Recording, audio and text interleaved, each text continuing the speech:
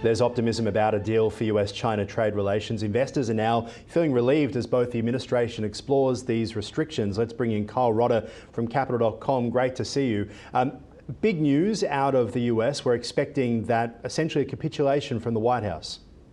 Yeah, well, that's the hope. I mean, the really kind of interesting development over the last couple of days was comments made by Scott Bessent in sort of a private sort of investor summit, suggesting that the 145% tariffs on China weren't really sustainable, and that he sort of expected a back down. This sort of fits with rhetoric from Bessent over the last few days that there would be trade talks, and Trump is suggesting that they actually are speaking on a daily basis, which may or may not be true.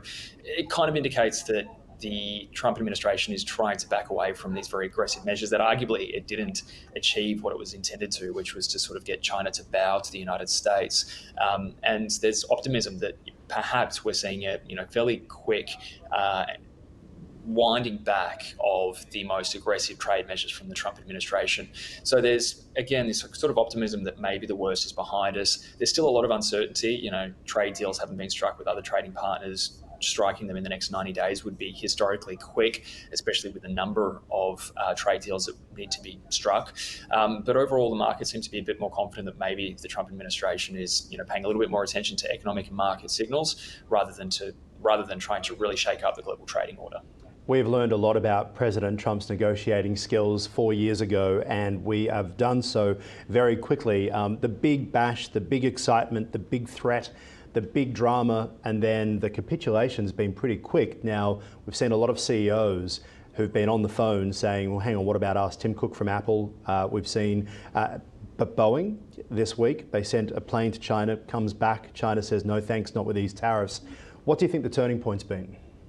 The markets, actually, and mostly if you look at the pivots from Trump over the last week or so, it's when there's genuine systemic risks emerging in financial markets that he's kind of lined up. The first, obviously, pivot was with the pause on certain tariffs, and that was coming after there was fairly significant signs in the bond market that there was going to be kind of a crash, essentially. And then if you kind of contrast with something that happened a few days ago with comments about trying to get rid of Powell as Fed head, was when there was just a wholesale selling off in US assets, again, crucially the bond market, that Trump then walked back some of those really hawkish statements in regards to that too. So I think that he's sort of saying that he's not really been able to achieve.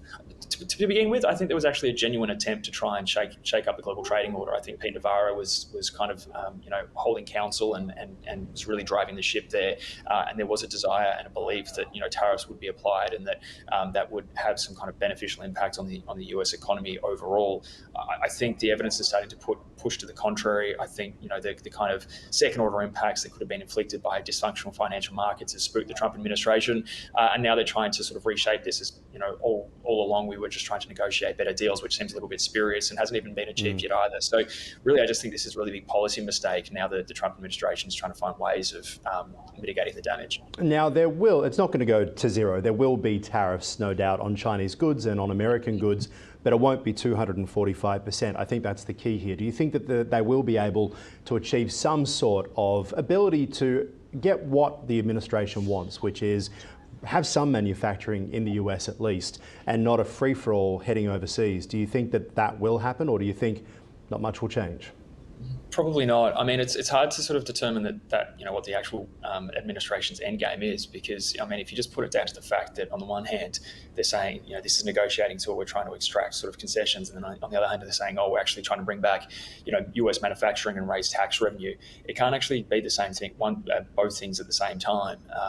There isn't really a clear and coherent policy articulated by the Trump administration, and reportedly there are sort of internal battles going on in the White House as well, where again you've got trade hawks like Pete Navarro saying, let's stay the course, let's completely change the game here, with probably moderate members like Scott Bessent, who's probably saved the day on 3 or 4 occasions since the start of the Trump administration, at least as far as the markets are concerned, saying, oh no, let's just shape this as a negotiating tool, we'll try and drive some extractions, but let's mitigate the damage to the economy and financial markets, and again the second order impacts that can have on the real economy. I don't see that there's actually a coherent approach here. I don't think they actually know what the end game happens to be. The problem is that with these unilateral tariffs on China, after a certain point, they become meaningless, because it's almost like saying that you're going to tax someone, earning $70,000 every dollar they earn up to $100,000. After a certain point, those tariffs don't actually mean anything anymore. Yeah. So, there doesn't seem to be any kind of end game here. I mean, it's kind of simple as that. There'll probably be a deal struck, but the big loser here is going to be the United States, because they've lost faith, they've lost standing, they've pushed people closer to China because they've treated their allies just as bad as their adversaries. To be honest, this is just a big policy mess up, and I think this is really just the Trump administration trying to find ways to now limit the damage and back out of what was a big mistake. You got a feel for Marco Rubio and Scott Bessent, don't you? They're kind of the good cops to the bad cops to the president and J.D. Vance. Speaking of the president, let's talk about the Fed Chair Jerome Powell, who has been under the gun. We've heard many, many times from President Trump that he wants to fire him. He's angry about interest rates not coming down fast enough, which would help the US economy. But the markets did not like that one bit. And so he's had to clarify that as well. Yeah, I mean, he shoots from the hip. I think he shot from the hip in that instance. And again, he sort of got burned by the fact that stock markets go down. That's one thing. But when you start to see, genuine dysfunction in the bond market, and, this kind of call for a little while that one of the reasons why that they were trying to, smash the equity market and maybe slow the economy a bit was to try and, lower the yields on US government bonds to sort of manage refinancing issues over the next couple of years and lower debt costs. When you're effectively causing a crisis of confidence in US treasuries, you're, working against that entirely. Yields were shooting up and the dollar was falling as well.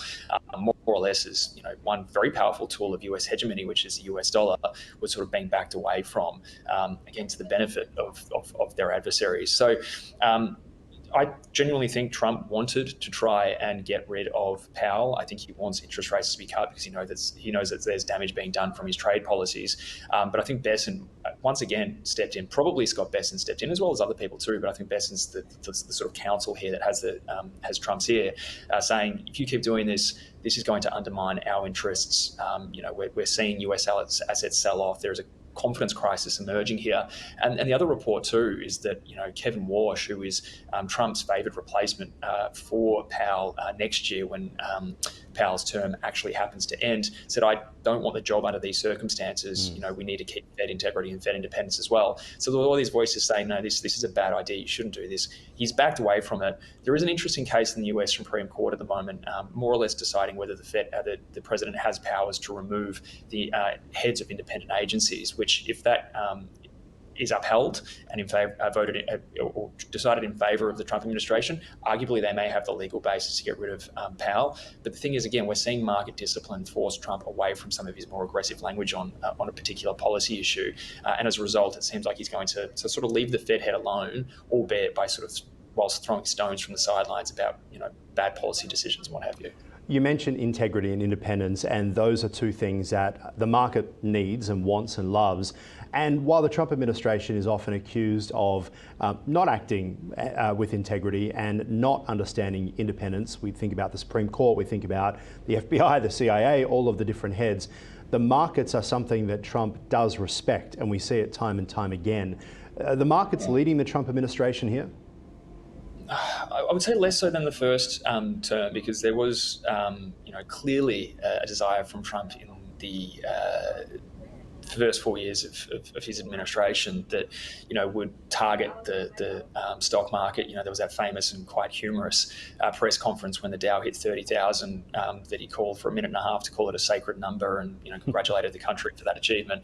That was something that was important. The stock market seems less valuable, and arguably there has been, sort of a change in position from Trump, as well as, the people who surround him saying, well, the stock market is really benefiting only the sort of top couple of percent, maybe the top 10% of households in the United States. So who cares if that goes down? We're really worried about oil prices and, again, interest rates and these things that, affect more people and people who are, largely Trump voters.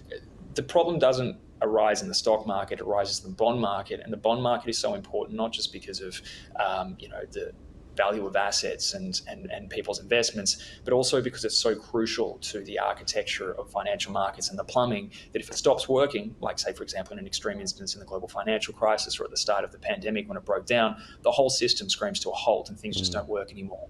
So when the Trump administration has seen cracks appearing in that very, very important edifice, it's backed away, it's learnt its kind of lesson, and it's sort of changed course. So If markets become dysfunctional rather than fall, that's when things start to get a little bit hairy, and policy positions have been changed. The stock market going down doesn't seem to be a major concern, albeit maybe we'll start to see a slightly change in tact now that the stock market is recovering, and there appears to be a greater desire to sort of protect the economy and asset prices as a result. Here's a man with the answers, Colorado from Capital.com. Appreciate your time. Thank you. Thank you.